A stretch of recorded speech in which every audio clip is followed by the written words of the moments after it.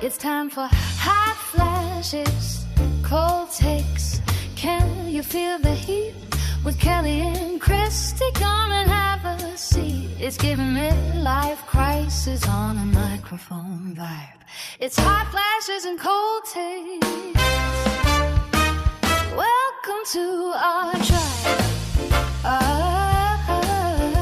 Welcome back, everybody, to Hot Flashes and Cold Takes with Kelly and Christy. And I am your host, Christy Miller. And with me, as always, is Kelly Martin. And we just have a lot of smart takes while we're having a lot of hot flashes. Like, it's that time, honey. It's the 50s. Yeah. You've been, Kel.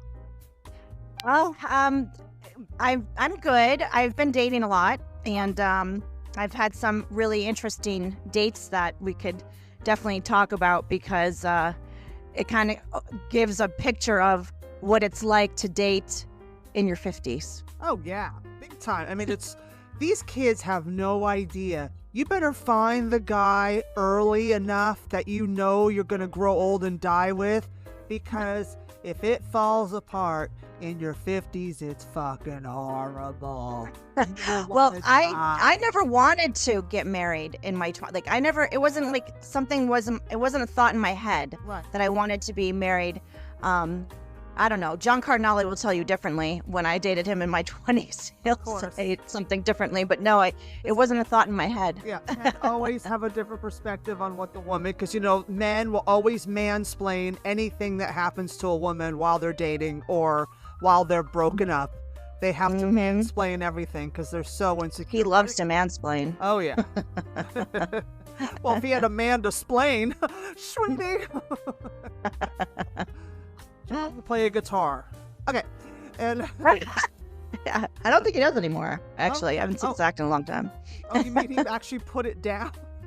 Oh, it's years ago. Really? Yeah, years and years ago. Oh, yeah, years and years ago. Oh, yeah. God. I used to laugh. I'm all, Kelly's dating a guitar comic. That's me in the corner. I loved it, though. Oh, you did. Like 23 years old. We were so dumb back then. But I was like you. I wanted to do stand-up. I didn't want to have kids and get married. Yeah. I mean, when I got into my 30s and everybody started to pair off and started to get married and have kids, then I was like, okay, I could do this. Right. And I was 35, when I met my ex. Yeah. So, then he left me at 51. Yeah. Yay. So. I'm not going to go hike. Okay. Fall off the mountain, honey. All right? Exactly. Look for the mountain goat. Go get him. Yeah. But it's... So it was quite a change to transition from being in a relationship for so long to dating at this age, because the last time I dated, I was in my 30s. Yeah. See, I've never been in a long-term relationship. I have never my long-term relationship that I lived is now. No, well, but it's my longest-term relationship was my gay husband in West Hollywood, Lauren Marinello. We lived together for like 5.5 years, and so we had a dog. We would cook. I love it. To the gym together. We just didn't sleep together. Like we both brought strange men home, if you know what I'm saying. We've talked about this, Christy. A Lavender Marriage might be the best marriage that anyone will ever have. It was the best relationship in my 30s I ever had. It was absolutely. Like 29, 30, I moved in with I was 29, and then I moved out when I moved to New York. So that was my longest to the guy? Healing, huh? Oh yeah, all the time. Oh yeah. Okay. All the time. Yeah. I've yet to meet your gay bestie out here. The one you introduced me to. Oh yeah, Jeff. You haven't met. You still haven't met up with him yet. No. What? No.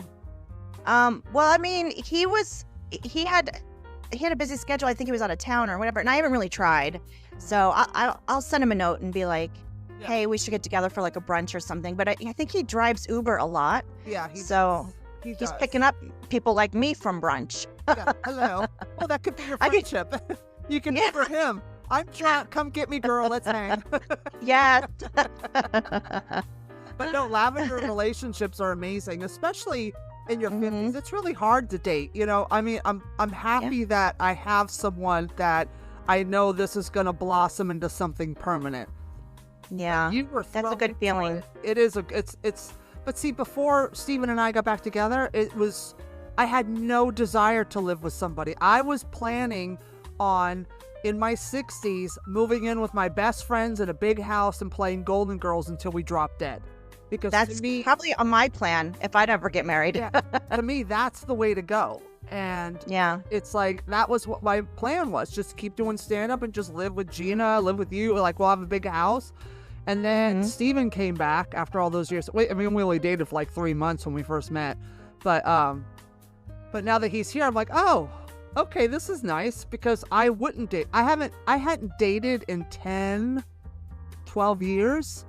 Yeah. Like, I was like, it was a while. I wanted nothing to do with it. Nothing. But you know what's cool about this? I'm so happy for you, because I know this makes you happy, but like, you opened up and you've made yourself vulnerable to somebody else, which I know for you is really hard. Yes. So I think that's really great for you. It softens you up a little bit, Christy. Go fuck yourself. Makes you a little softer. A little more feminine lady. You're gonna be so angry. But it's good for the comedy, that's why. Yeah, that's true. I can't be nice. I remember one time on stage in LA, it was at what was it? What was that place? It was on Robertson. Oh fuck. Sanctuary? No. It was, we used to do shows there all the time. I know what you're talking about. The end of Robertson, where it almost like we would big name. It was like a club. Yeah, it was like but you had a stage room, and there was a small room downstairs. Yeah, there was the big theater. Like, Sandra Bernhardt was there, but me and Mooney went and hung out with Sandra there when she did her show there. She had a residency there. What is the name of that place? It's still there. I can't remember the name of it. Anyway, it's still there. We would do shows in the basement all the time, and Paul D'Angelo went on after. Do you remember Paul D'Angelo? Yes, he's so cute. I love him. Yeah, so he went on after me. I just ripped it apart, and he went on. His opening line with his thick Boston accent was, "God, I hope she never gets laid. She'll stop being funny." It's good for the act. He has some great bits. Yeah, he has great bits. Amazing. But yeah. So I'm lucky. And now you're dating in your 50s and dealing with this nightmare of these men that the issues, like, women mature a lot faster than men.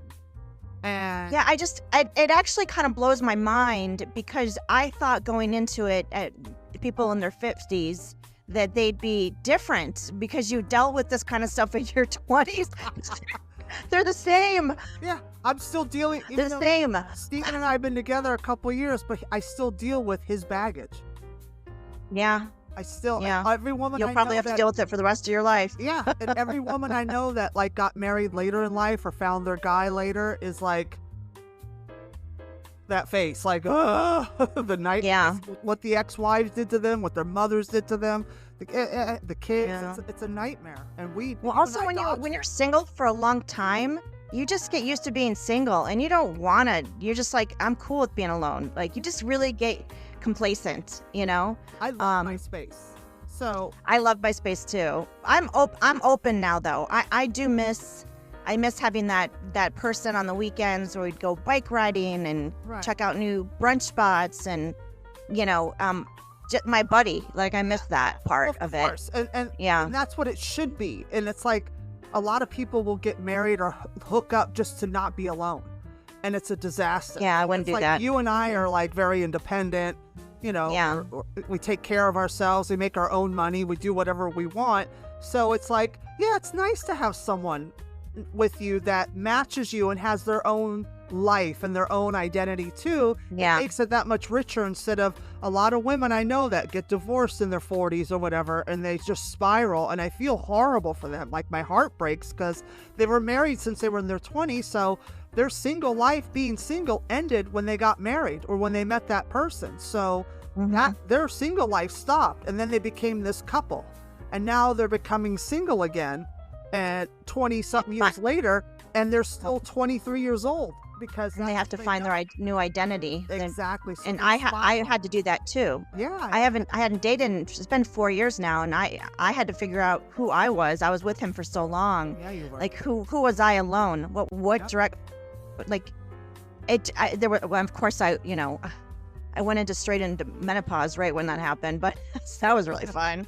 All the men pause on that day over there. All the men pause. Yeah. But I am like 100% ready now. Like finally, yeah. You've known me long enough. Like you saw how depressed I was and everything I went through, and now I think you can tell that I'm definitely in a different headspace than I was before. You're much more grounded and kind of have a good sense of self, which is important because someone has been going on dates lately. Yeah. I went on this one date with this guy. He had a really thick Tennessee accent. I didn't realize it when I because we were. Well, darling. To people who don't know, I'm in Nashville. But he took me to a really nice steak dinner, like on a first date. Of course, you probably killed the cow before you got there. And we had a really good time. And then he told me he was going to jail. We'll be right back. Hey, that's a keeper. Because you know why? Cognitive visits. Oh, God, I'm losing it. Conjugal visits, you don't have to deal with his bullshit. He doesn't mess up your house. You go talk on the phone, have a little make out at the table in the general area, and then you go. Yeah, no, nope, I'm good. By the way, Kale, I'm going to jail. Sweetie, with that accent, how many cousins does it take to fuck to get that thick of an accent? Sorry. He had like 6 DUIs or something crazy. Of course. Okay. Did. He's white trash, of course. I was like, oh my God. There have beer holders in the trucks, there. Gotta hope. It was so crazy. Yeah. But I shouldn't have been surprised. I think the worst one, I know, right? I think the worst one was this one that I literally thought this guy could be a good guy to date because he did everything right in the beginning. Right. But then he's on that Facebook group, Are We Dating the Same Guy? And he had the worst reviews. And I was like, okay, Kelly, these are probably just catty women. I'm going to go out with him. And every review was spot on. This loser. But no, you gave him a shot. Right? Yeah. Even though he had 1-star reviews on Yelp, the bitches Yelped him. And I feel like I'm lucky to be alive. I think he might have tried to murder me. Yeah. And psychopath. The thing is, it's like, I would say, something like that, I would be like, yeah, no. But sometimes if I was asked out on a date by someone, like, oh, he seems cool. And then I see him in the dating Yelp site, like, are we dating the same guy with all the bad reviews? I'd be like, okay, now I really have to go out with him just for the joke. Like now, just for the joke. What the fuck? This is hilarious. Now I need this information. I need to know. I'm doing the hard work for you. Thank you. So you're welcome. This guy was actually so insane that it was our first date alone. We had hung out with a group the first time, but then we went to dinner, and I'm gonna sound really snobby when he says he took me to an Italian place. It's called Coco's. It's a nice little place here. Right. He's like, this is my favorite Italian restaurant besides Olive Garden. I love Olive Garden because Olive Garden you get to take a meal home. And I was like, okay. Then he's like, he says, oh yeah, I have to have surgery. I'm in a lot of pain. And I was like, what's going on? He goes, oh, it's probably all the steroids I've done my whole life. And I was like, all the steroids you've done your whole life? I'm like, what? He goes, well, I was a professional baseball player.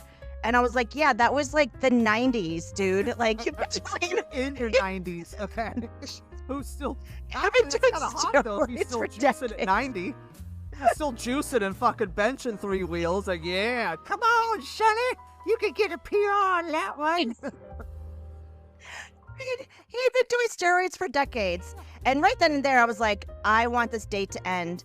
I think the last two are really gonna kill you. because the waitress comes over and she's like, do you want any dessert? And he had been saying, where's the waitress? I want a cannoli. He just was so fixated on having a cannoli. He wouldn't stop talking about it.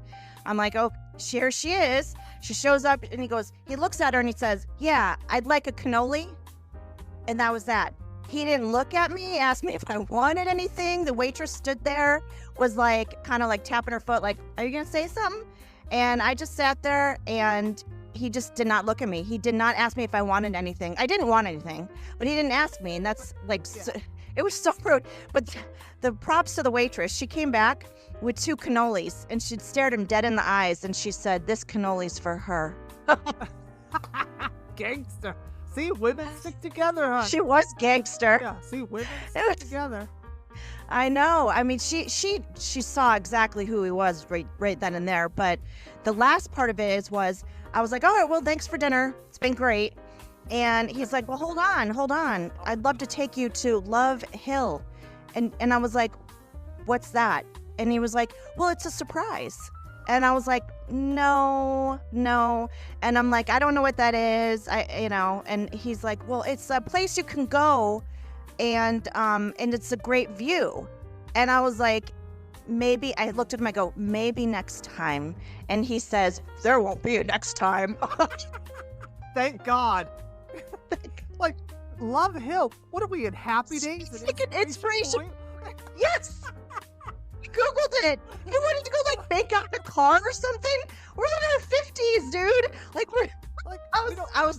my thing is, I hate this fucking thing. I might not have come home that night, Christy. Him and his steroids might have taken over. You would have been in the trunk. Mm-hmm. But that's so hilarious. Dude, you're in your 50s. Your joints are aching. You think you're going to be able to maneuver inside of a car? You fucking moronic piece of shit. You don't have flexibility. Your joints are dry. You did steroids for 100 years. Your joints are... He can barely walk. Yeah, you can barely walk. You're going to fling a leg over the stick shift to stick it, to get on top of me, you fucking loser. I can't. You'd break a hip just getting out of the car, let alone trying to fuck in it. Anyway. For real.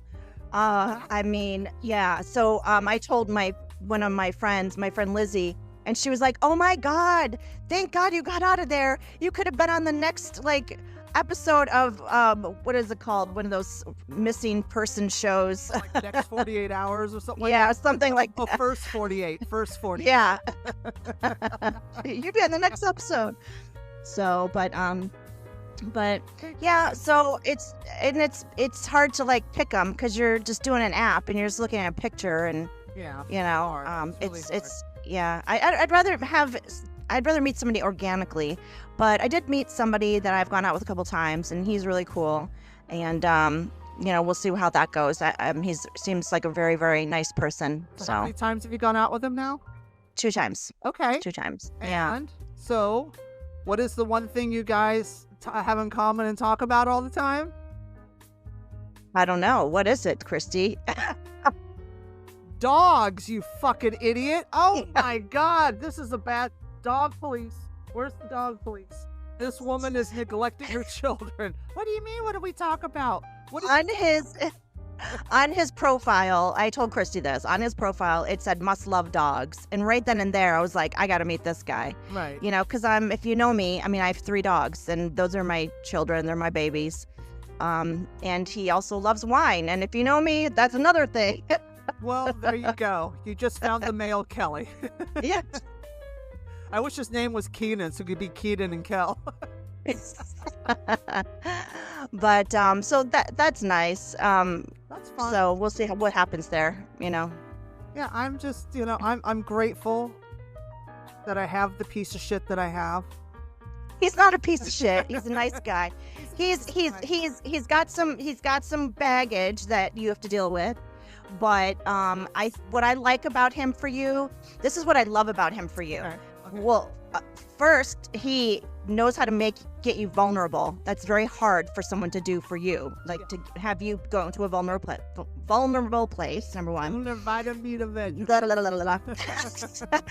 other one is that, he likes to do the exact things that you like to do, which is go to the gym, which is work out. He doesn't drink alcohol, which you don't drink alcohol. He likes, the fact that he's a fireman is pretty hot. And he'll have a great pension. Lieutenant. Excuse me. Lieutenant. Ooh. Yeah. Never told me that part. Oh, yeah. So, yeah. I mean, I always tell women that fuck what you've been told and fuck what you think is your type. You gotta find You don't know what's your type. Who matches your lifestyle. If they match your lifestyle, it changes everything. And the moment I figured that out was before I met Steven. I figured that out about myself probably, I'm going to say about 10, 15 years ago. I was like about 10 years ago, I was like, you know what? If you don't match my lifestyle, I can't be bothered, because that's when I started thinking about, because I met him in 2014.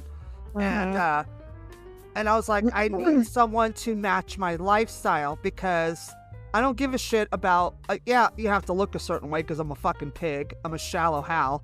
And also, it's, I don't drink or do drugs and stuff like that. And I also need someone who's going to not be intimidated by stand-up comedy and me going. That was the one other thing, that he allows you to be you. Late at night. And so those were my prerequisites. You have to be a gym rat and share my lifestyle, because I've dated men who didn't go to the gym to give them a chance.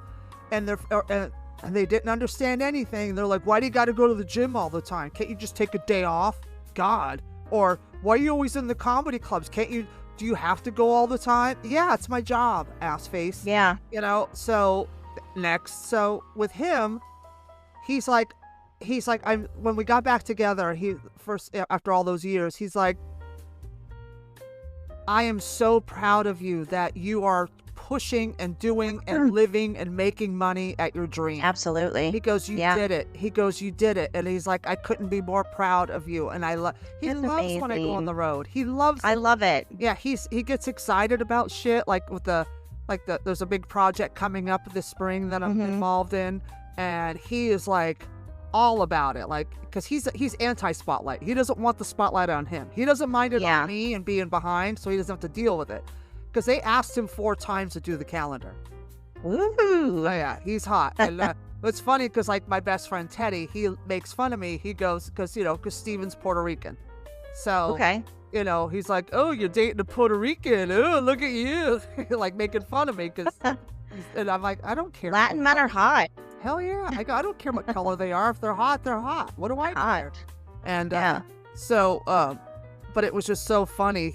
Because I get so much shit that he's Puerto Rican, but he thinks he's white, so it's okay. But it's hilarious. He's so white Puerto Rican. I'm more ghetto than him, so it's really great. I live. So if you end up doing that show here in Nashville, you got to bring him with you. Well, I asked him to go. You did? Okay, good. Yeah, I asked him. I said, I'm going out there with, we're doing the show, and he goes, that's awesome. And he loves Nashville, so.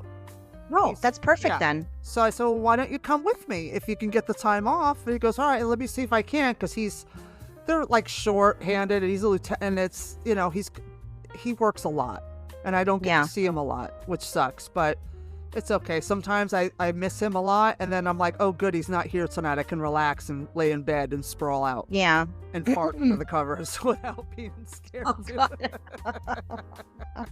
Very important. Do you hold it in when he's there? Yes. You feel like you're going to explode? Okay, here we go. Like, I have to go to the ladies' room, and I'll go in the bathroom and let it out, and I'll, like, wash my hands and act like I peed and flush the toilet. Oh. And, but one night we were having sex. My God. And I'm climaxing, I'm having an orgasm, and I farted an orgasm at the same time, and I went, well, there you have it. I go, well, you did that, and he's laughing his ass off. God. So if he didn't leave you after that, then you're good. No, he thought it was funny, and just like, okay. That's too much. And I find that men that have kids are more what's the word?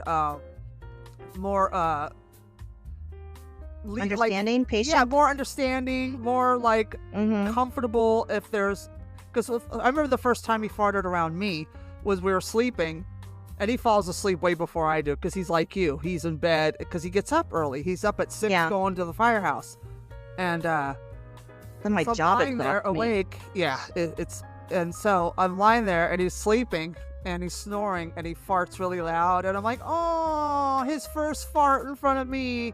I should date it. I should write it down in the calendar. You wrote it in the calendar? He loves me, I knew the moment he loved me. I took him to a Yankees game because one of my clients her boss is a hedge fund, owns 5 hedge funds, so he has season tickets. So we get Legend Suites, so we're with the bougie people, right? And we're there. And he wanted to get a Yankee hat. And I said, I have a ton of those at home. You could just have one. He goes, no, you have a big head. I need to get one my size. I was like, oh, he roasted me. He loves me. God. That was great. But I didn't know he had kids. Yes, one son, 22. Oh, okay. How old is he? 22. Oh, nice. Have you met him? No. Where does he live in New York? He lives with his dad. Oh, and you haven't met him. You got to meet him soon. Yeah, I will.